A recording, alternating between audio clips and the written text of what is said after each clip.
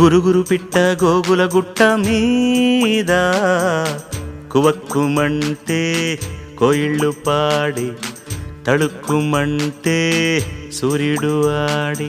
గురుగురు పిట్ట గోగుల గుట్ట మీద కువక్కుమంటే కోయిళ్ళు పాడే తళుక్కుమంటే సూర్యుడు ఆడే.